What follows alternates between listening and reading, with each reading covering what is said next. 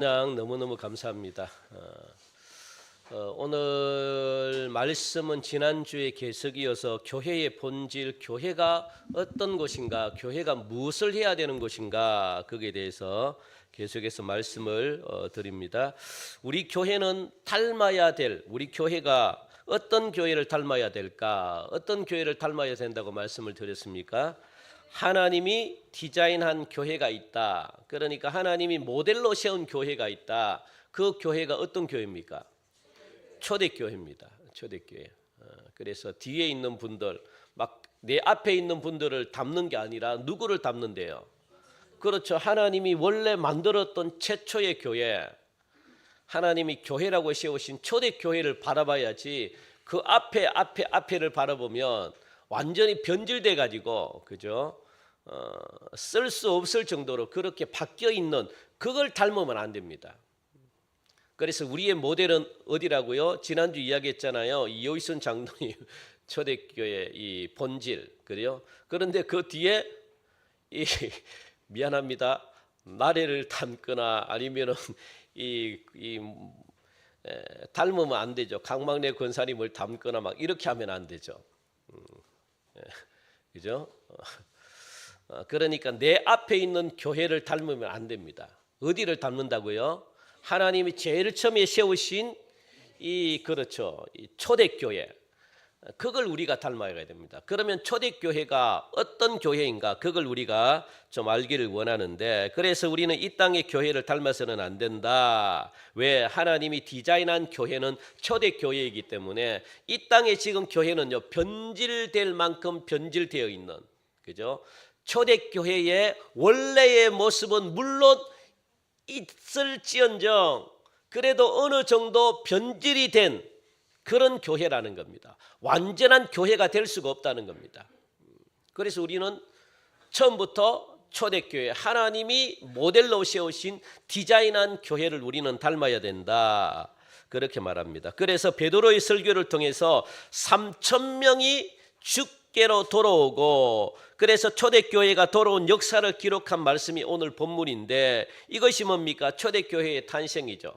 성령이 임하니까 말씀이 전해지게 되고, 말씀이 전해지니까 어떻게 합니까? 사람들이 몰려드는 역사가 나타난다는 겁니다. 그래서 3,000명이나 주께로 돌아왔더라. 이 3,000명이 주께로 돌아옴으로 말미암아 교회가 최초로 탄생한 겁니다. 그게 초대교회다라고 말씀하고 있죠. 자, 그러면 초대교회의 모습은 도대체 어떻느냐? 이 말은 즉 하나님이 디자인한 교회의 모습은 어떠한지, 하나님이 모델로 세운 교회는 어떠해야 되는지 오늘 본문을 통해서 우리에게 보여주고 있는데, 이런 교회가 우리 동성교회 되기를 간절히 바랍니다. 우리 교회는 다른 것 닮을 필요가 없습니다. 옆에 있는 교회 잘 나간다고 해가지고 그 교회 닮을 필요가 하나도 없습니다. 제가 그런 교회가 초대교회였다면 저는 진짜 그런 교회를 닮아갔습니다. 그런데 우리는 무엇을 향해서? 초대교회를 바라보고 가야죠. 그런 교회 부러워할 거 하나도 없습니다, 여러분들. 교회가 세워지고 뭐 교회가 크다고 해가지고 그런 교회 부러울 거 하나도 없습니다. 우리 37절 한번 봅시다. 37절.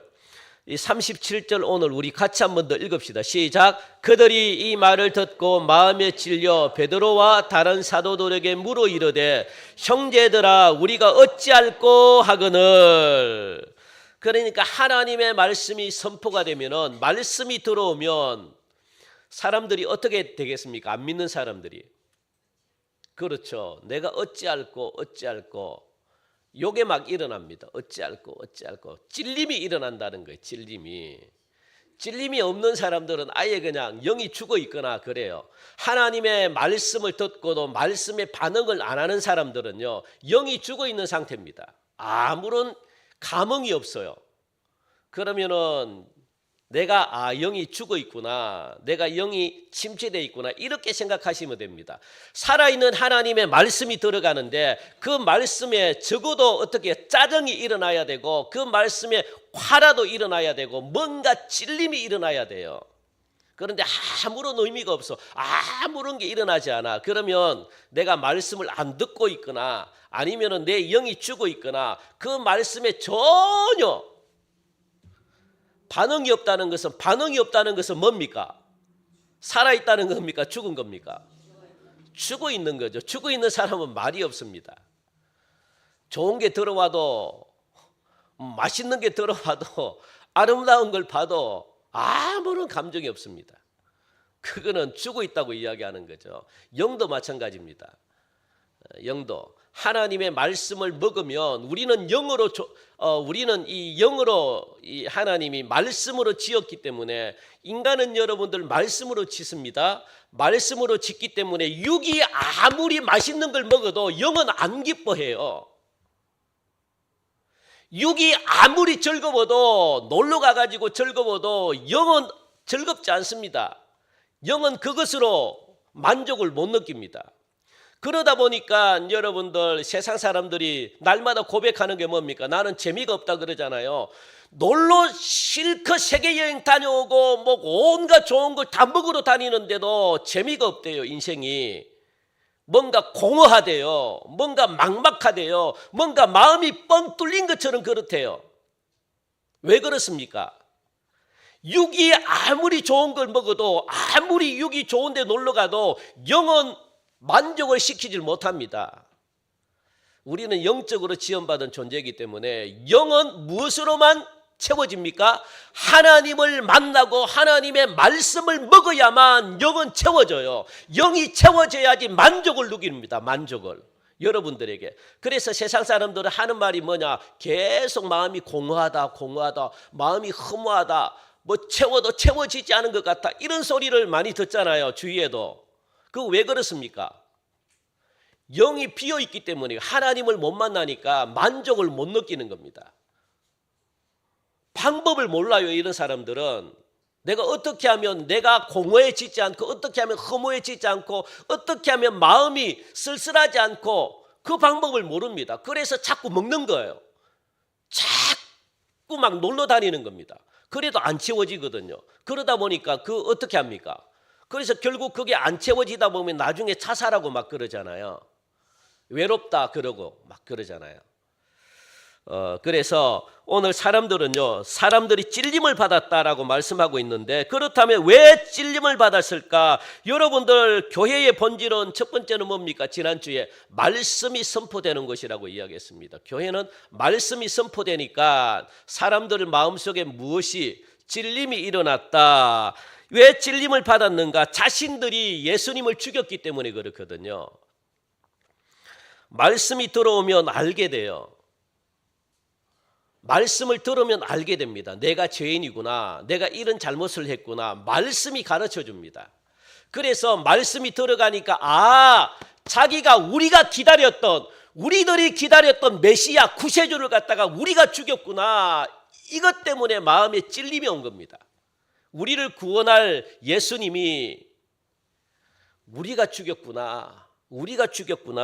그죠? 하나님이 얼마나 많이 큰 표적과 기적으로 유대인들에게 예수가 메시아다라고 증거들을 갖다 끊임없이 증거해 주셨음에도 불구하고 자신들이 메시아를 죽여버린 겁니다. 우리를 구원할 자, 죄에서 구원할 자인 예수님을 죽여버린 겁니다. 하나님의 아들을 죽였다는 거예요. 유대인들이 얼마나 오랫동안 메시아를 기다렸습니까? 그죠? 지금도 이스라엘에 가면 유대인들 랍비들 있잖아요. 모자 쓰고 이런 사람들이 지금도 누구를 기다립니까? 메시아를 지금도 기다려요. 지금도. 이 사람들이 무지해가지고. 그래서 예수님을 전해주잖아요. 깜짝 놀랍니다.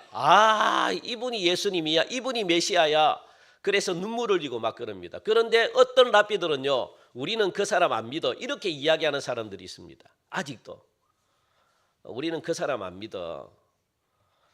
아직도 메시아를 기다리는 게, 이미 메시아가 오셨는데도 불구하고 아직도 메시아를 기다리고 있습니다.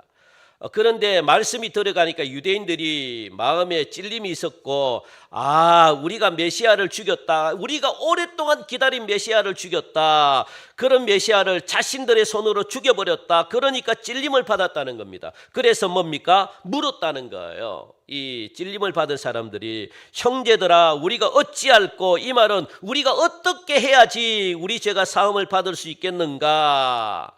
그죠? 어떻게 해야지 내가 구원받고 내가 죄사함 받을 수 있는가? 이들에 대해서 이 베드로의 답변이 우리 38절 한번 읽어볼까요? 38절 시작. 베드로가 이르되 너희가 회개하여 각각 예수 그리스도의 이름으로 세례를 받고 죄사함을 받으라. 그리하면 성령의 선물을 받으리니. 38절의 핵심이 뭐냐? 죄사함을 받으라, 그겁니다. 죄사함을 받으라. 그러면 어떻게 하면 죄사함을 받을 수 있는지에 대한 말씀이 나오겠고, 그리고 죄사함을 받았다면 받은 결과가 무엇인가, 이게 나오겠죠, 그죠? 여기까지 여러분들이 생각하면 성경을 괜찮게 읽은 겁니다. 여기까지. 죄사함을 받아라 했을 때 어떻게 해야지 죄사함 받고, 그러면 죄사함 받은 결과가 뭔가, 이게 나오겠구나, 이렇게 생각하고 성경을 읽으면 여러분들 몇 점이겠습니까? 100점. 그죠? 이렇게까지 여러분들이 성경을 볼 수 있어야 됩니다. 이것은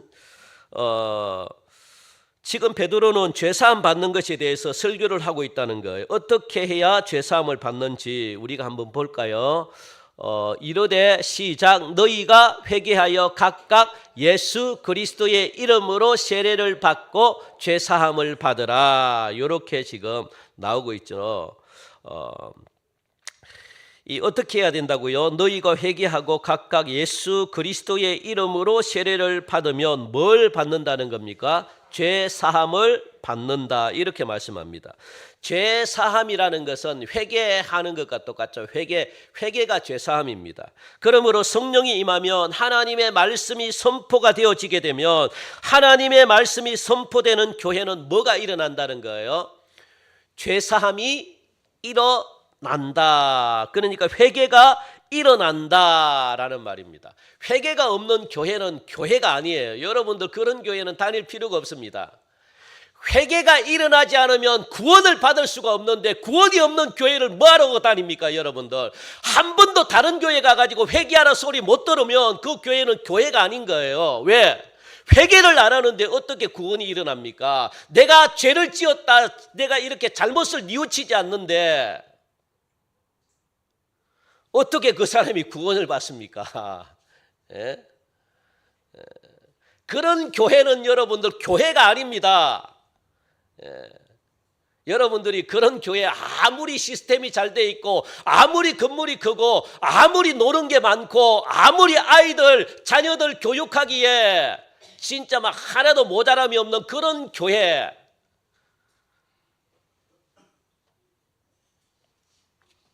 구원을 줄 수가 없습니다. 회개를 외치지 않는데, 가르치지를 않는데, 여러분들 그래서 성경은 이야기하잖아요. 교회는 회개로부터 시작이 되는 것이라고 분명히 성경은 말합니다. 회개 없는 성도들은요, 성도가 아닙니다. 정말입니다. 그래서 내가 잘못했구나, 이걸 깨닫지 못하면 여러분들 하나님의 은혜를 못 받아요. 그래서 말씀이 들어가면 가장 먼저 부딪히는 게 뭡니까? 내가 잘못했구나, 내가 잘못했구나, 이 소리가 나와야 돼요. 그래야지 여러분 마음속에 부흥이 일어납니다. 새로운 피조물로 새롭게 살 수가 있어요. 새로운 역사가 나타납니다. 그러면 회개가 뭐냐? 우리 한번 화면을 볼게요. 회개는 여러분들 헬라어로 뭡니까? 메타노에오. 메타는 뭡니까? 바꾼다. 노예오는 무엇을? 마음을 바꾸고 생각을 바꾼다. 시작. 그래서 마음을 바꾸고 생각을 바꾸는 것이 뭐라고요? 회개다라고 말합니다. 지금 베드로가 예수에 대해서 이야기를 하니까 거기에 있던 사람들이 마음에 무엇을 받았다는 거예요? 찔림을 받았고, 유대인들이 예수에 대해서, 그러니까 자기가 예수님을 만나지 않았을 때는, 유대인들이 예수님을 믿지 않았을 때는 어떻게 했습니까? 예수를 대적하는 삶을 살았다는 거예요. 예수님을 죽이려고 하는 삶을 살았다는 겁니다. 예수님을 어떻게 해요? 원수처럼 생각하며 삶을 살았다는 거예요. 누가? 유대인들이. 지금 이 유대인들은 어떤 유대인들입니까? 말씀을 듣고 예수님을 믿었던 유대인들이 옛날 예수님을 믿지 않았을 때는 어떤 삶을 살았다고요? 예수님을 대적하는 삶을 살았다고. 예수 믿는 사람들을 가두는 삶을 살았다고요. 예수 믿는 사람들을 죽이는 삶을 살았다고요. 그런 사람들이 말씀이 들어가고 또 이 말씀을 통해 가지고 회개가 일어나고 예수님을 믿으니까 이제는 예수님을 믿는 삶을 살았던 거, 이게 뭡니까? 회개다라고 말합니다. 그래서 다시 한번 보시기 바랍니다. 회개는요 뭐냐? 바꾼다. 무엇을? 마음과 생각을 바꾼다. 어떤 마음, 어떤 생각, 예수님을 믿기 전에 생각들, 예수님의 믿기 전에 행동들을 바꾼다. 그래서 예수님을 믿고 삶이 달라진다, 이겁니다. 그전에는 예수님을 죽일 놈이라고 생각했는데 예수님을 믿고 난 다음에는 내가 예수님을 십자가에 못 박았구나. 야, 예수님이 나를 구원했구나. 그래서 이런 생각으로 바꿔진다는 거. 그러다 보니까 삶의 행동도 예수님을 위해 하나님이 기뻐하는 삶을 살더라는 거예요.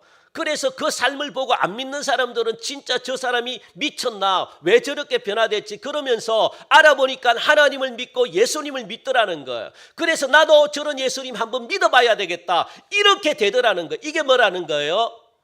회개다라고 말합니다. 회개는 말로 하는 게 아닙니다, 여러분들.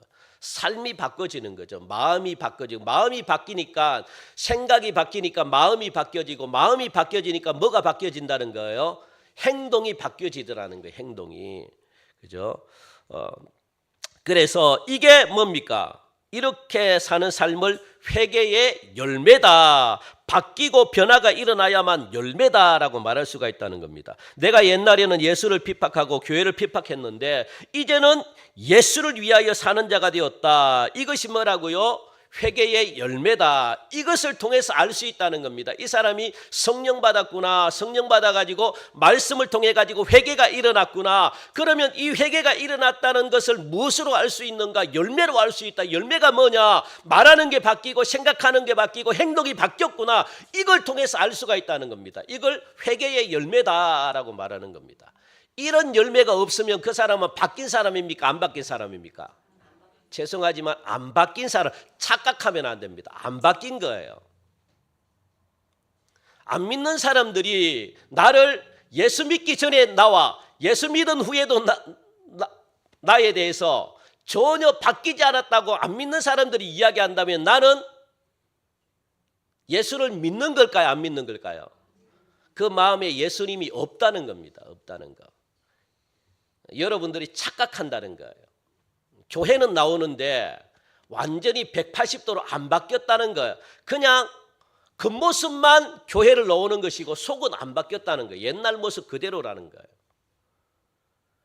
그걸 통해서 알 수 있다라고 오늘 본문은 우리에게 가르쳐주고 있거든요. 그래서 회개가 일어나면 생각이 바뀌고 마음이 바뀌고 이렇게 바뀐 것을 회개의 열매다. 내가 지금 그 죄에 대해서 회개를 했다면 나는 더 이상 이제 그 죄를 회개하지 않은 옛날에는 막 내가 막 주일날 빠지고요. 아니면은 이 노름 같은데 막 이렇게 가면은 막 이게 좋았다면 그게 옛날의 나의 모습이었다면 예수를 믿고 난 이후에 그죠? 그 죄를 좋아하겠습니까? 안 좋아하겠습니까? 안 좋아하죠. 당연히 안 좋아하죠. 왜? 예수님이 나의 주인인데 예수님이 안 좋아하니까 나도 안 좋아하더라는 거예요. 그게 뭐라고요? 회개의 열매다. 옛날에는 이렇게 생각만 해도 기쁘고 즐거웠는데 예수 믿고 난 다음에 이렇게 생각하니까 여전히 즐겁고 기쁘다. 이 사람은 안 변한 사람입니다. 안 변한 사람입니다. 그걸 지금 이야기하더라는 거예요. 그래서 반대의 삶을 살아야 되죠. 그래야지 생각과 마음이 바뀐 거죠. 이게 바로 회개다. 이제는 예수를 위해 삶을 살아야 되는 것이 회개다. 회개의 열매다. 그러면서 그 다음에 무엇이라고 이야기합니까? 각각 예수 그리스도의 이름으로 뭘 받아라는 거예요? 세례를 받으라. 세례는요 침례가 맞습니다. 침례가 우리 통합 측에서 드리는 물 찍어 가지고 이거는요 회개는 이 세례는 두 가지 개념이 있는데 뭐냐? 하나는 씻는다라는 개념이 있고 또 하나는 잠긴다라는 개념이 있습니다. 여러분 화면에 있나요? 그렇죠. 씻는다라는 게 우리가 아마 대부분 우리 통합 측에서 물 뿌려 가지고 머리에 적시는 이걸 갖다가 씻는다라는 개념으로 하고 잠기는 건 뭐일까요? 잠긴다. 침례 여러분 한번 보셨습니까? 침례교에 가면은 목욕탕이 있어요. 대부분 다 교회가. 그 목욕탕에 데려가 가지고 어떻게 해요? 사람을 완전히 담궈버립니다. 눕혀버립니다. 그게 뭡니까? 잠긴다라는 뜻이거든요. 잠긴다. 그러니까 세례의 의미는 뭐가 더 맞을까요? 침례가 맞습니다. 침례가 잠겨버립니다. 씻는 개념보다 잠긴다는 개념, 잠긴다는 것은 뭡니까? 완전히 내가 죽었다라는 의미가 그 속에 들어가 있거든요. 씻는 개념보다 잠기는 개념이 맞습니다. 그게 세례입니다. 그래서 이스라엘 백성들이 홍해를 건너는 걸 세례의 표현을 하거든요. 홍해를 건너는 거, 그죠? 그래서 바다 안으로 홍해를 건넌다는 것은 뭡니까? 바다 안으로 들어갔다는 거. 들어갔다는 것은 뭘 의미합니까? 잠기는 걸 의미합니다. 잠기는 것은 뭐가? 내가 죽었다는 것을 의미하거든요. 씻는 개념이 아니에요. 잠기는 개념이 완전히 그냥 물속에 빠진 겁니다. 완전히 머리까지 다 빠져가지고 내가 죽었다는 개념이 세례 속에 있습니다. 그래서 홍해를 건너는 사건을 세례로 표현을 하는 겁니다. 그 다음에 요단강을 건너가는 것도 마찬가지죠. 모두가 다 우리가 이제 안 믿는 사람들도 요단강 건너간다 그런 말을 많이 합니다. 요단강 건너간다는 것은 뭡니까? 죽는다는 뜻이거든요. 어디서 그런 걸 배웠는지 모르겠지만 하여튼 요단강 건너간다. 너 이렇게 막 코미디언들도 한 번씩 코미디 내용으로 쓰고 너 요단강 한번 건너가 볼래? 막 이렇게 이야기를 하고 여러분들 이 가나안 땅에 들어가기 위해서는 어디를 건너야 됩니까? 요단 땅을 건너야만 하나님이 주신 하나님이 약속하신 젖과 꿀이 흐르는 약속의 땅 가나안 땅을 들어갈 수가 있습니다. 그래서 그 요단강을 건너갈 때도 마찬가지입니다. 그게 세례의 개념이 있는데 요단강을 건너고 나가지고 기념해가지고 무엇을 했습니까? 12개의 돌을 요단강 중앙에 올렸습니다. 12개를 갖다가 딱 쌓았습니다. 그때는 물이 많이 넘쳐나지 않았거든요. 문이 없을 때 요단강 중앙에 12개의 돌을 쌓고 또 12개의 돌은 길갈 요단강을 건너고 난 다음에 길갈에 있는 언덕에 12돌을 또 쌓았습니다. 그 12돌이 뭡니까? 12개 지파, 그러니까 이스라엘 족속들을 이야기합니다.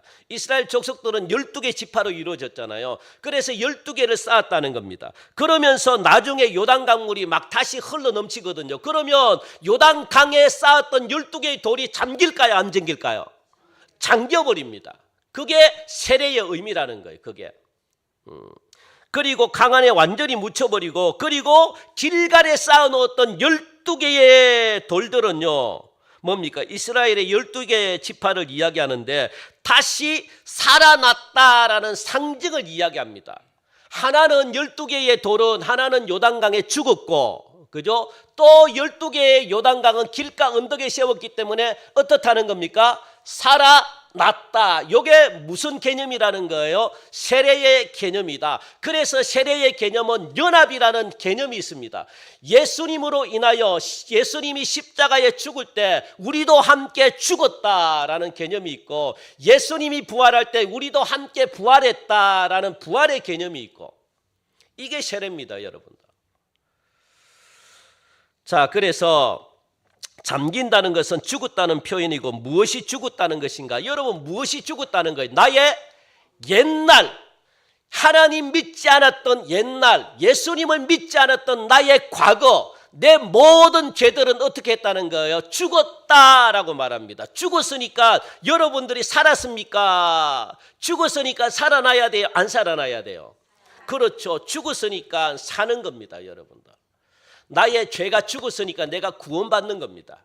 내 죄가 죽지 않으면 구원을 못 받는데, 나의 예수 믿기 전에 나의 모습은 완전히 죽고 이제는 새롭게 시작됐다. 이게 뭐라는 거예요? 세례다라고 그렇게 우리에게 가르쳐주고 있습니다. 그러면 여러분들, 이게 내가 죽었다, 죄에 대해서 죽었다라는 것은 예전에는 예수님을 안 믿었을 때는 죄가 시키는 대로 다 했다는 거예요.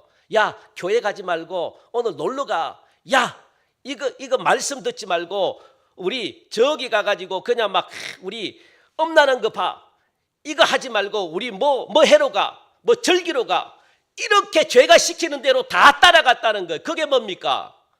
죄에 대해서 살았다라는 말이거든. 죄가 시키는 대로 다 하는 걸 죄에 대해서 살았다라는 말입니다. 그러면 하나님에 대해서 살았다는 것은 무슨 뜻일까요?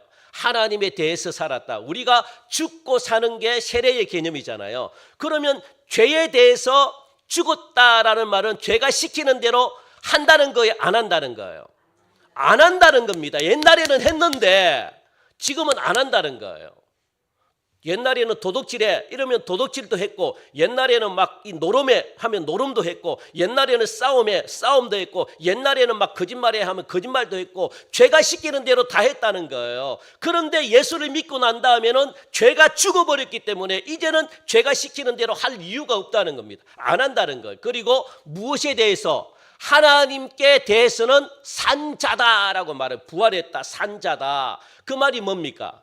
하나님께 대해서 산자다. 어떤 내용일까요? 그렇죠. 하나님이 시키는 대로 하겠다는 거예요. 하나님이 시키는 대로. 그게 하나님께 대해서 산자입니다. 그 하나님이 하시는 말씀에 반응을 보인다는 거예요. 제가 설교 시간에 설교를 하면 설교는 살아있기 때문에 하나님이 하시는 말씀이기 때문에 이 말씀을 들으면 무엇이 일어나야 된다는 거예요? 회개가 일어나고 반응이 일어나야 된다 그러잖아요. 반응이. 그게 하나님께 대해서 산자잖아요. 아멘을 하든가 고개를 끄덕이든가 이게 반응이잖아요. 이게. 그런데 아무렇지도 않아 그냥. 이러면 하나님께 대해서 뭐 하겠다는 거예요? 살아있는 겁니까? 죽은 겁니까? 죽은 거죠. 반응이 없는데 그걸 갖다가 살아있다고 이야기 안 합니다. 에이 목사님 내 마음으로 믿어요. 아니 마음으로 믿죠. 마음으로 믿는 거야 믿지. 마음으로 믿어가지고 구원을 못 받는다 그러잖아요. 에이 그래도 아멘 안 했다고 구원 못 받습니까? 에이 진짜 너무 과하다. 한번 여러분 그렇게 한번 가보십시오. 그러면요 마음으로 하는 것 행동으로 안 나와요. 나오는지 아십니까 여러분들? 잘 안 나와요. 왜? 마음으로 하지 행동도 마음으로 했어. 여러분들이 사랑하는 아내에게 가가지고 사랑합니다 마음으로 했어. 아내가 압니까 모릅니까? 알고 있지만 알고 있죠. 알고 있는데도 뭘 듣길 원해요? 그렇죠. 말을 안 하면은 안 한 것과 똑같아요. 그게 뭘 사랑한다는 겁니까? 그거는 사랑하는 게 아닙니다. 아내분을 더 진짜 막 열받게 만드는 일입니다. 알지? 뭘 알아요? 뭘 알아? 알지? 특히 경상도 저희 아버지는 생전 진짜 사랑한다 한 번도 안 했습니다. 한 번도. 그래서 아버지를 안 닮게 해달라고 막 했는데 아버지를 닮아버렸네. 알지? 이 여자가 미쳤나? 사랑하라 해보 이 여자가 미쳤나? 평생 우리 엄마는 진짜 불쌍한 엄마입니다. 한 번도 사랑한다 소리를 못 들었습니다. 그게 무슨 사랑입니까 그게? 예? 그건 사랑이라고 말하면 안 돼요. 그거는. 지금 이스라엘 사람들은요 단어가 사랑한다 이 단어가 우리는 주어가 우리는 명사나 대명사가 주어잖아요. 그런데 이스라엘은 주어가 뭡니까? 동사가 주어입니다. 동사가. 아시겠습니까? 우리는 사랑한다 그러면 말로만 그냥 막 확 설명하잖아요. 이스라엘은 안 그래요. 사랑한다 그러면 가가지고 껴안고 가가지고 뽀뽀하는 게 사랑하는 겁니다. 그래서 하나님은 이스라엘을 사랑하는 거예요. 왜? 표현을 하니까. 표현을 안 하면 몰라요 여러분들. 하나님은 여러분 사랑한다 알죠. 그런데 여러분들 이게 말로 해라 말로. 왜? 이미 여러분들 예수님이 십자가에 못 박혀 죽었을 때는 여러분들의 죄가 이미 다 사함받았습니다. 그래서 우리는 뭐만 고백하면 되는 거예요. 내가 잘못했습니다. 입으로 고백하길 원합니다. 마음으로 믿어서는 안 되고 그래서 하나님은 죄를 다 사해줬기 때문에 내가 지은 죄에 대해서는 무엇하라는 거예요? 입으로 말하라는 거예요. 말하라. 그러면 내가 죄를 없애주겠다는 겁니다. 굉장히 중요합니다. 하나님은 말하길 원해요. 가만히 있으면 하나님도 알죠. 왜? 하나님이 모든 생각도 아는데, 그런데 왜 자꾸 말하고 자꾸 고백하라 그래요? 하나님은요, 죽은 하나님이 아니라는 거예요. 여러분들 기억하시기 바랍니다. 죽은 신에게는 말을 하지 않아도 돼요. 왜? 말을 안 해도, 이미 말을 해도 죽었기 때문에 우리에게 줄 게 하나도 없어요. 미신들은. 그건 하나님은 아니라는 거예요. 아니라는 거. 말로 표현해라. 나는 살아있기 때문에 표현해라. 표현해라. 살아가면 살아간다 표현하고, 살아가면 뭔가 나가야 되고 행동으로 옮기라. 나는 죽은 하나님이 아니다. 왜 죽은 신처럼 나를 갖다가 그렇게 믿느냐. 그렇게 말하는 겁니다. 그러니까 세례는요, 전에 하나님에 대해서 뺀질 죄를 짓던 나는 죽고 이제 하나님께 대해서는 산자가 되었다. 이게 세례의 개념이거든요. 그래서 여러분들 38절에 보면 예수 그리스도의 이름으로 세례를 받으라라는 말은 예수 그리스도와 연합되어서 세례를 받으라. 연합됐다는 것은 예수님의 십자가로 내가 죄가 죽었다. 그래 나도 죽었다. 그리고 예수님이 부활했다. 나도 부활했다. 이게 연합하는 겁니다. 이게. 그전에는 죄가 시키는 대로 했지만 이제는 죄에 대해서 내가 죽었기 때문에 이제는 예수님과 함께 내가 부활했다. 그래서 예수님이 시키는 대로, 예수님이 하라는 대로 내가 예수님 말 듣는다. 이게 뭡니까? 세례입니다. 세례. 이게 바뀌었다는 거예요. 바뀌었다는 거. 이게 행동이잖아요. 행동. 행동이 나가야지 사람들이 알아요. 이걸 정표로 주셨다고요. 그래서 사람들이 하도 하나님 사랑합니다. 하나님 사랑합니다. 그래서 하나님이 입으로만 사랑한다 하니까 얄미워가지고 사랑을 어떻게 해요? 정의를 내렸습니까? 나를 사랑하면 누구를 사랑한대요? 이웃 옆에 있는 사람을 사랑한대요. 옆에 있는 사람들을 한번 여러분들 한번 얼굴 한번 쳐다볼래요? 사랑합니까? 예? 예, 사랑합니까? 그런데 사람들은요, 자기 옆에 있는 사람을 원수처럼 생각하네요. 그러면서 나는 하나님께 나와가지고 하나님, 내가 하나님 사랑하는 줄 알죠? 뭘 사랑해요? 사랑하기는 원수처럼 생각하는데 그걸 보고 안다는 거예요. 그걸 보고 나를 사랑하는 거, 너희들이 하도 맨날 말로만 나를 사랑한다 사랑한다 막 해가지고 내가 보이는 정표를 줬다. 그게 누구냐? 너와 함께 사는 사람들, 네 이웃들을 네가 사랑할 수 있느냐? 예, 내가 사랑하는 사람은 사랑할 수 있죠. 그거 말고 그거는 사랑이 아니야. 내가 미워하는 사람, 원수같이 생각하는 사람을 사랑할 수 있느냐? 이걸 보고 나를 사랑하는 줄 아노라. 하나님이 그렇게 판단하신다고요. 그러니까 원수가 있다는 것은 하나님을 어떻게 해요? 완전히 사랑을 못한다는 겁니다. 미워하는 사람이 있다는 것은요, 여러분들 하나님을 온전히 사랑 안 한다는 거예요. 그게 정표입니다. 정표. 안 그래요. 안 그렇기는 뭘 안 그래요. 하나님이 그렇게 만드셨는데 여러분들이 아무리 아니라고 해도 하나님은 맞다고 하는데 여러분들 이것으로 안답니다. 그래서 이것을 믿으면 죄가 사함을 받는다. 그러니까 예수님이 십자가에 죽을 때 나의 죄까지도 연합해가지고 죽었다. 이걸 여러분들 믿으십니까? 예? 아멘 크게 합시다. 아멘. 아멘. 이게 여러분들 믿으면 죄가 사함받는 겁니다. 그러니까 믿으면 죄가 사함받는 겁니다. 그리고 다시 부활하신 예수님과 연합했기 때문에 죄에 대해서는 죽고 다시 새 사람을 입었다. 이것도 여러분들 믿으십니까? 아멘. 그래서 더 이상 죄에 끌려다니면 안 돼요. 물론 우리가 죄를 지을 수 있습니다. 그러니까 죄를 지을 때마다 죄가 우리에게 속삭이잖아요. 너 죄인이야.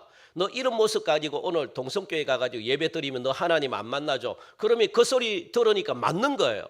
아, 하나님이 나를 싫어하겠다. 그래서 이 소리 듣고 교회 안 나와. 그러면 여러분들이 마귀에게 끌려다니는 겁니다. 아직도 새로운 사람이 아닌 거예요. 그래, 나 죄 지었어. 어떨래? 하나님이 나를 용서했다는데 네가 왜 죽으려고? 이렇게 나가야죠. 그래서 예배드리는 자리로, 하나님이 기뻐하는 자리로 나와야죠. 그게 뭡니까? 새 사람입니다. 새 사람. 더 이상 죄에 끌려다니지 않겠다는 거예요. 하나님 말씀대로 내가 살겠다는 겁니다. 이렇게 할 때 구원을 받을 뿐만 아니라 무엇을? 성령을 선물로 받는다. 이것이 교회의 본질이다라고 말씀하고 있습니다. 그러면 내가 죄에 대해서 죽은 자가 되고 다시 살아나심은 하나님께 대해서 내가 다시 살아나심이기 때문에 이제 나도 하나님에 대해서 산 자가 되었다. 나도 이제 산 자가 되었다. 하나님의 자녀다. 이렇게 겉으로 표시하는 게 뭐냐? 겉으로 나타내는 게 외적인 표시가 뭐냐? 바로 세례다라고 말하는 겁니다. 세례는요, 이 외적인 표시입니다. 무엇이 하나님께 내가 하나님의 자녀가 되었다라는 외적 표시가 세례다. 그래서 우리가 외적 표시로 세례를 받는 겁니다. 사람들이 모르니까, 그러니까 모르니까 하나님이 알도록 외적인 표시를 취하는 겁니다. 정표를 남기는 겁니다. 그게 뭐냐? 세례다라고 말하는 거예요. 구약에는 그래서 내가 하나님의 백성이 되었다. 외적인 표시가 할례였잖아요. 할례. 그죠? 그런데 이것이 신약에 와가지고 이 할례가 무엇으로 바뀌었다는 겁니까? 세례 개념으로 바뀌었다는 거예요.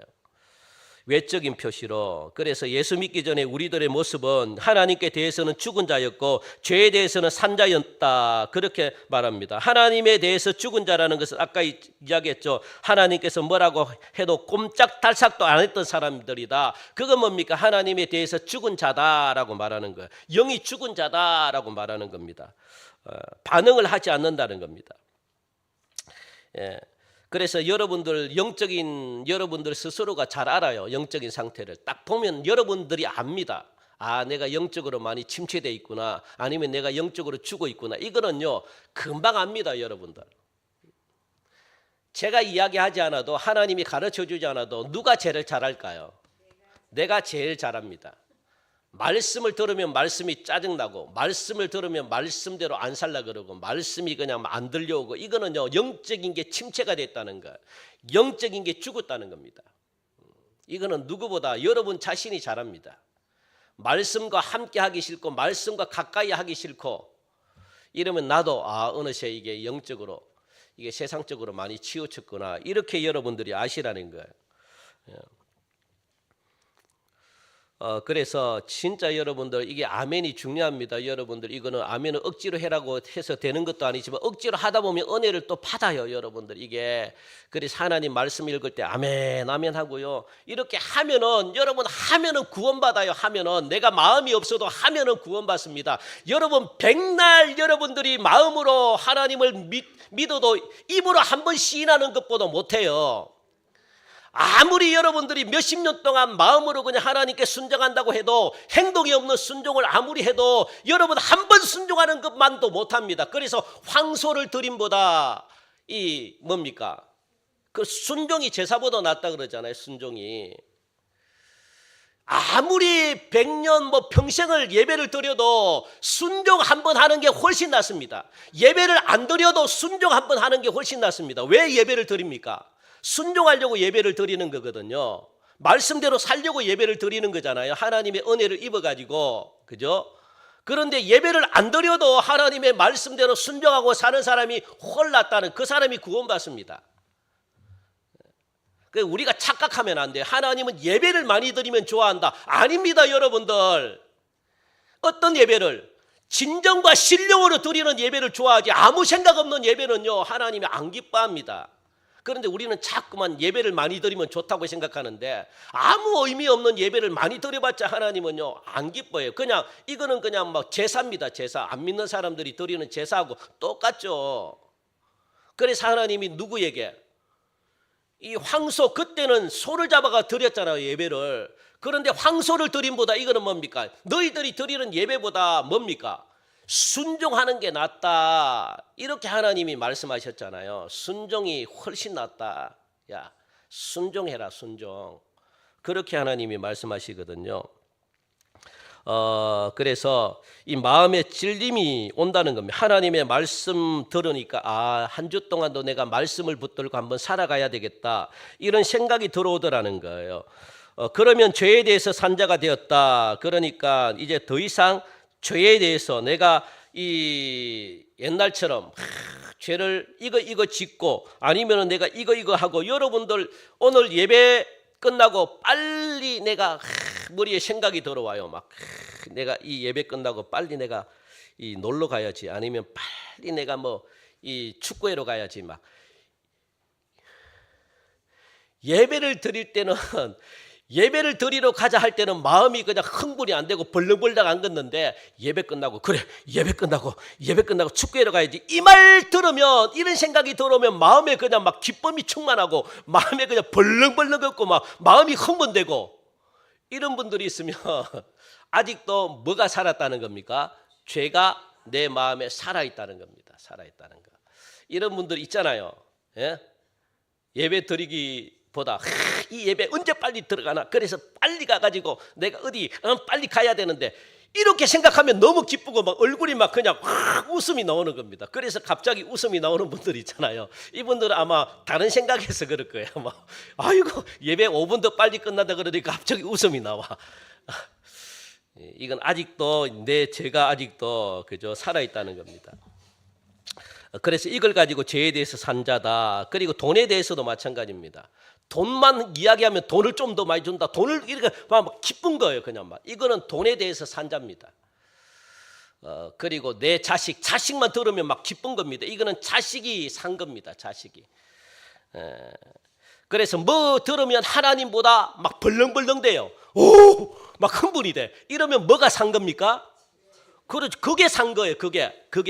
그것만 생각하면 축구가 내 속에 살아있고 막 그렇습니다. 그게 살아있으면 예수님이 그 속에 들어올 수 있을까요? 없을까요? 없습니다. 여러분들 없어요.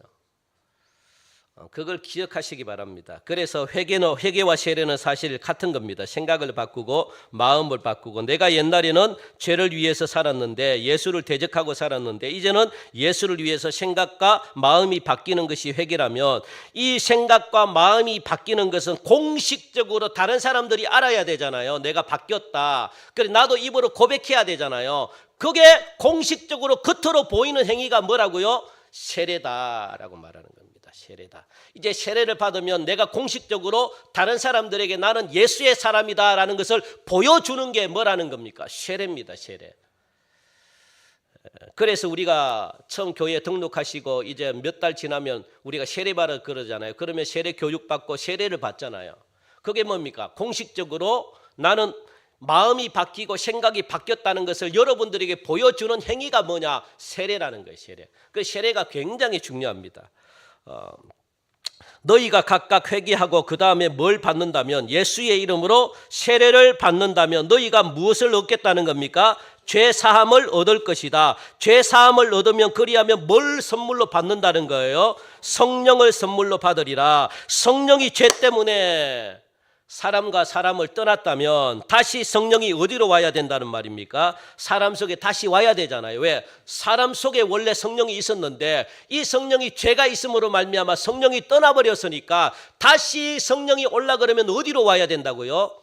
원래 여러분 한 사람 마음속에 성령이 와야 된다는 거예요. 성령이. 그게 맞다는 겁니다. 그래서 이 성령이 우리 지성소로 삼고 우리 안에 거하셔서 교제하게 하고 능력을 나타내고, 성령님이 우리의 삶의 전략들을 가르쳐주고 삶의 방법들을 가르쳐주고 어떻게 앞으로 삶을 살아가야 되는가 성령님이 우리 속에 들어오셔가지고 다 가르쳐준다는 겁니다. 이것은 뭘 증가한다는 거예요? 그렇다면 이 성령이 내 안에 있다는 것은 무엇을 증가한다는 겁니까? 죄 문제가 해결되었다라는 것을 증가한다는 거예요. 그래서 회개하고 예수의 이름으로 세례를 받을 때 죄사함이 일어났다면 그는 성령을 선물로 받을 것이다. 이것은 나타나게 되어 있더라. 그리고 39절 우리 한번 읽읍시다. 시작. 이 약속은 너희와 너희 자녀와 모든 먼데 사람 곧 우리 주 하나님이 얼마든지 부르시는 자들에게 하신 것이라. 여기서 이 약속이라는 말은 뭡니까? 죄사함을 해결하고 세례를 받을 때에 죄사함을 받고 그 결과로 성령을 선물로 받을 것에 대한 약속이잖아요. 이 약속을 누구에게? 너희와 너희 자녀. 너희와 너희 자녀는 누구를 말할까요? 유대인들을 말합니다. 유대인들은 거의 99%가 부모님 신앙이 자녀들에게 그대로 이어져요. 유대인들은. 그래서 유대인들의 신앙이 뭡니까? 유대인들의 신앙은, 유대인들은 누구를 믿어요? 하나님을 믿죠. 그러면 이거는 뭡니까? 무슨 종교입니까? 유대인은 무슨 종교를 믿어요? 그렇죠, 유대교죠. 우리는 하나님을 믿는 종교가 아니라 누구를 믿어요? 예수님을 믿어요. 우리는 하나님은, 이슬람도 하나님을 믿어요. 자기 하나님, 하나님이라고. 알라가 뭡니까? 알이 하나님입니다. 유대교도 하나님을 믿어요. 그런데 왜 구원을 못 받습니까? 예수님을 안 믿는다고요. 우리는 예수님을 믿는 종교입니다. 예수님을 믿어야지 구원을 받죠. 그럼 이 예수님이 누구에게로 인도한다는 거예요? 하나님께로 인도하는 거죠. 이걸 여러분들이 아셔야 돼요. 유대교는요, 하나님을 믿는 종교입니다. 예수님을 인정 안 해요. 그래서 부모님 신앙이 뭡니까? 유대교 신앙입니다. 이 유대교 신앙이 그대로 자녀들에게 신앙이 연결돼요. 거의 99% 그렇습니다. 그래서 유대교에서 부모님이 유대교인데 자녀가 기독교다, 이런 일은 있을 수가 없어요. 아시겠습니까? 그러니까 여기에 유대인들에게 이야기하는 것은 뭐냐? 이 유대인들이 누구를 믿었다는 겁니까? 예수를 믿었다는 거예요. 예수를. 왜? 예수님이 하시는 설교, 이 베드로가 했던 이 설교를 통해 가지고 예수님을 믿었다는 겁니다. 이런 일은 거의 일어나지 않는데, 그러니까 이 약속은 뭡니까? 누구에게 주신 약속입니까? 너희와 너희 자녀들에게, 유대인들에게 무엇을 받으라는 거예요? 성령을 받으라. 이 약속을 너희들이 받으라. 이걸 이야기하는 겁니다. 왜? 유대인들이 유대교를 믿고 있으니까, 예수님을 부인하고 있으니까. 그래서 성령을 받으면 성령이 회개하게 되고 예수님을 믿게 하더라. 그래서 성령을 약속했다는 겁니다. 누구에게? 유대인들에게도 약속하고, 그리고 모든 먼데 있는 사람에게 주신 약속이다. 먼데 있는 사람은 누굴까요? 예? 이방인들을 말합니다. 이방인들도 성령을 받아야 된다. 그래야지 예수 믿고 구원받는다라고 그렇게 말합니다. 그래서 이 약속은 회개하고 세례를 받을 때 죄사함 받고 그 결과로 성령을 선물로 받는 이 약속은 유대인들에게만 주신 것이 아니라 누구에게도, 이방인에게도 주셨다는 겁니다. 그러면 이방인과 유대인이 다가 아니다는 거예요. 누구냐? 주 우리 하나님이 얼마든지 부르시는 자들에게 이 선물을 하나님이 주셨다. 다시 말하면 유대인이든 이방인이든 상관이 없다는 겁니다. 누구에게? 하나님이 부르시는 자라야 예수님을 믿을 수가 있다는 거예요. 부르시는 자라야 구원을 받을 수가 있다는 겁니다. 이게 이해가 안 되시는 분들이 너무 많잖아요. 왜? 이걸 가지고 우리는 구원, 부르신다는 것은 구원의 4단계 속에 들어가 있죠. 한번 보십시오, 여러분들. 이거 꼭 외우시기 바랍니다. 이 구원의 4단계가 성경에 기록되어 있잖아요. 그러니까 구원은 어떻게 이루어지느냐? 하나님께서 이 세상이 만들어지기 전부터 하나님이 알고 예수 믿는 사람들, 그리고 하나님이 이미 정해놓은 사람이 있습니다. 이 세상이 만들어지기 전부터. 그 예정된 사람들이 누굽니까? 우리잖아요, 오늘 여러분들. 그러니까 예정된 사람들을 하나님이 어떻게 해요? 그 사람들을 불렀다는 거예요. 예정된 사람들을 하나님이 부르시고, 부르신 자를 갖다가 하나님이 말씀을 통해 가지고 어떻게 했다는 겁니까? 의롭다 하셨다는, 믿어지게 했다는 거예요. 예수님이 믿어지게 했다는 겁니다. 여러분들, 우리 교회도 전도를 얼마나 많이 합니까? 그런데 전도를 다 받았던 사람들이 예수님을 믿습니까? 안 믿습니까? 안 믿어요. 믿는 사람들은 어떤 사람들이라고요? 이미 하나님이 창세 전에 예정하고 정해놓은 사람들이 있습니다. 그 사람들만 하나님이 불러가지고 어떻게 해요? 말씀을 믿게 하시는 겁니다. 그래서 의롭다라는 말은 뭐냐? 복음을 들어야만 의로워질 수 있거든요. 그래서 그 사람이 복음이 믿어지는 겁니다. 그래서 의롭다 하신 이들을 어떻게 해요? 영화롭게 하신다. 영화롭게 하신다는 것은 하나님이 이들을 갖다가 천국 백성으로 하나님이 삼으셨다는 겁니다. 성화시켰다는 거예요. 성화시키겠다는 겁니다. 이렇게 해서 여러분 구원을 얻는 거거든요. 구원은 이렇게 이루어집니다. 내가 구원받고 싶다고 해서 받을 수도 없고, 내가 교회 나온다고 해서 다 구원받는 것도 아니고, 하나님은 어떻게 해요? 창세전에 이미 예정하신 사람이 있습니다. 그 사람만 구원받습니다. 그 사람만 복음이 들어와요. 복음을 들어도 복음이 어떻게 해요? 아멘 아멘 막 이렇게 돼요. 그런데 평생을 교회를 다녀도 안 믿어지는 사람들이 있습니다. 죄송하지만 우리 교회는 없지만 그런 사람들은 죄송합니다만 어떤 사람들일까요? 하나님이 택하지 않은 사람일 경우가 많습니다. 평생도록 안 믿어져요. 아무리 믿으려고 해도 안 믿어져. 이거에 대해서 여러분들 이게 하나님이 아이러니한 사람들이 많아요. 왜 하나님이 그렇게 하셨는가? 그거 하나님이 마음이지 뭐 그거는 하나님께 물어봐야 되지. 하나님이 이렇게 하겠다고 하는데 그래 거기에 대해서는 불만을 가질 수가 없습니다. 왜? 하나님이 주인이니까. 주인이 만들고 싶은 대로 만드는 거지 뭐 우리가 이래라 저래라 할 수 없어요. 여러분들 그렇잖아요? 이거 만드는 사람에게 여러분 가가지고 마음에 안 든다고 이거 만드는 사람에게 이거 만들지만 다르게 만들어라 할 수 있습니까?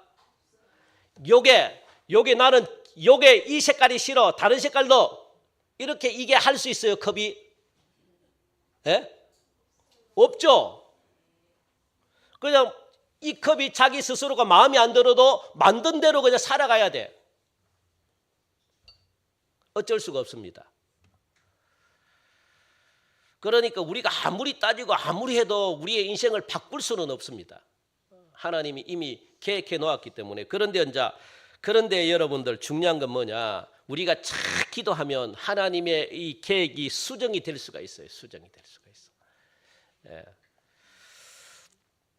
자, 그래서 우리가 그렇게 해서 부르신 자 그런 자들에게 무엇을 하나님이 회개하고 회개의 표시로 세례받게 하고 그 다음에 죄사함을 얻게 하고 그 결과로 성령을 선물로 받게 하겠다 이렇게 이야기를 하고 있다는 겁니다.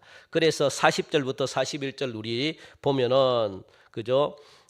여기서 40절에 보니까 확정하고 권했다라는 말이 있는데 베드로가 여기에 있는 이 설교 말고도 다른 말을 더 했다는 거거든요. 그러니까 처음에는 너희가 죄사함을 얻고 성령을 선물로 받으려고 하면은 회개해야 되고 세례를 받아야 된다. 그러면 죄사함을 얻고 성령을 선물로 받는다. 이렇게 되기 위해서는 우리의 공로나 힘으로 되는 것이 아니라 궁극적으로 창세전에 막 이렇게 이야기했다. 예지되고 예정되고 부르셨고 그래서 부르신 이들에게 이런 현상들이 나타날 것이고 이걸 갖다가 성경 어디에 막 찾아가지고 이런 말씀들을 막 끌어다 가지고 어떻게 해요? 붙여가지고 하나님의 부르심과 내가 이 부르심에 반응하는 자들은 영생을 주기로 작정한 것과 회개하고 제사함 받고 이런 역사들이 막 나타난다. 여러 다른 말들을 갖다가 성경에서 막 찾아가지고 갖다 붙여가지고 그래서 말씀을 더해 증거했다는 거예요. 더해 증거했다. 이해가 되십니까? 그런데 이 베드로는요 말씀 속에는 이게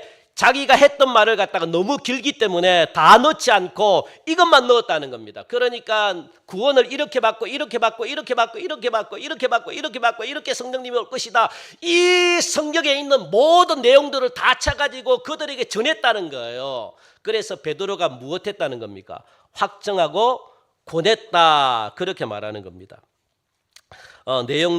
이렇게 할 때 결과적으로 어떤 일이 벌어진다고 그렇게 말합니까? 우리 40절만 읽고 오늘 여기까지 마칩시다. 40절 시작. 또 여러 말로 확정하며 권하여 이르되 너희가 이 패역한 세대에서 구원을 받으리라. 패역한 세대라는 것은 삐뚤어진 세대, 삐딱한 세대거든요. 이 삐딱한 세대에서 무엇을 받는다는 겁니까? 구원을 받겠다. 그러니까 사탄은 여러분들 꼭 기억하시기 바랍니다. 사탄은 마음을 삐뚤어지게 만들어요. 삐딱하게 만듭니다. 그래서 나는 좋은 의도로 이야기를 하면 삐딱하게 듣는 사람들 있잖아요. 삐딱하게. 그거는 뭡니까? 사탄이 마음을 삐딱하게 만들었기 때문에 듣는 것마다 삐딱하게 들어요. 마음이 삐뚤어진 사람입니다. 삐딱하게 저 사람은 좋은 의도로 저렇게 이야기를 하면 저 사람은 마음이 틀어져가지고 마음이 틀어졌다는 것은 뭔가 옛날부터 아픈 상처가 있거나 아니면 사람들에게 뭔가 속았거나 아니면 이용당했거나 아니면 사기를 당했거나 이런 아픔들이 있는 사람들이 대부분 어떻습니까? 고지곳대로 안 들어요. 삐딱하게 듣습니다. 삐딱하게. 저게 나를 사랑해서 그러나 아니다. 나를 덩쳐물려고 막 그런다. 여러분도 그런 사람들은 하나님의 말씀을 들어도 어떻게 들어요? 삐딱하게 듣습니다. 삐딱하게. 왜? 마귀가 이미 삐딱한 마음을 잡아넣었기 때문에 하나님의 말씀이 온전히 안 들어와요. 저것도 저렇게 해서 돈 더 많이 다 그런 거라 교회 건축한다 그러는데 저것도 막 저렇게 은혜 받게 하려고 해가지고 막 목사만 좋게 말이야 돈 더 먹으려고 저거 막 삐딱하게 하는 겁니다. 삐딱하게 여러분들 이게 뭐든지 삐딱하게 생각하는 겁니다. 그런 세대를 이야기합니다. 그런 세대에서 무엇을 주시겠다고 구원을 주시겠다 그렇게 말합니다. 오늘 여기까지 합시다. 여러분들 하나님의 말씀을 있는 그대로 여러분들 받아들이시기 바랍니다. 그리고 하나님의 말씀을 그냥 믿으시기 바랍니다. 그리고 하나님의 말씀에 반응하시기 바랍니다. 이 말씀을 들으면 한 주 동안 이 말씀대로 내가 한번 살아가기로 몸부림 한번 쳐봐야 되겠다. 그러면 여러분 그런 사람들에게 하나님의 은혜가 임해요. 그래서 일들이 어떻게 되겠습니까? 술을 마셔서 잘 풀리는 게 아니라 술 뭡니까? 성령의 술을 마셔가지고 술술 잘 풀립니다. 여러분들 하는 일이 이상하게 잘 되네요. 왜? 그것으로 나타나니까 보이는 것으로 나타나니까 여러분들 그런 삶을 누리시는 은혜가 있기를 주님의 이름으로 간절히 축원드립니다. 하나님 감사합니다. 오늘도 주신 은혜 감사합니다. 우리가 이 한 주 동안 살아가면서 참 많이 힘들고 어렵습니다. 그리고 하나님 없이는 한순간 한순간이 살기가 참 쉽지 않은 시절을 우리가 살아가고 있습니다. 오늘 들은 이 말씀을 붙들게 하시고 그래서 이 말씀을 그냥 말씀 그대로 내가 그전까지는 한 번도 살지 않았다면 이제는 내가 말씀대로 한번 살아보자. 한 번이라도 살아보고 안 되면 그때 불평하고 그때 원망해도 되는데 살아보지도 않고 원망하고 불평하는 하나님 그런 삐딱한 세대에서 우리를 구원하여 주신 하나님 감사합니다. 한 주 동안도 말씀이 어떻게 우리를 움직이고 말씀이 어떻게 변화시키고 말씀이 어떤 결과를 낳게 하는지 눈으로 똑똑히 보게 하시고 그래서 하나님께 영광 돌리는 삶이 있게 하여 주시옵소서. 예수님의 이름으로 기도하옵나이다. 아멘. 우리 다 함께 일어나셔서 우리 찬송하시면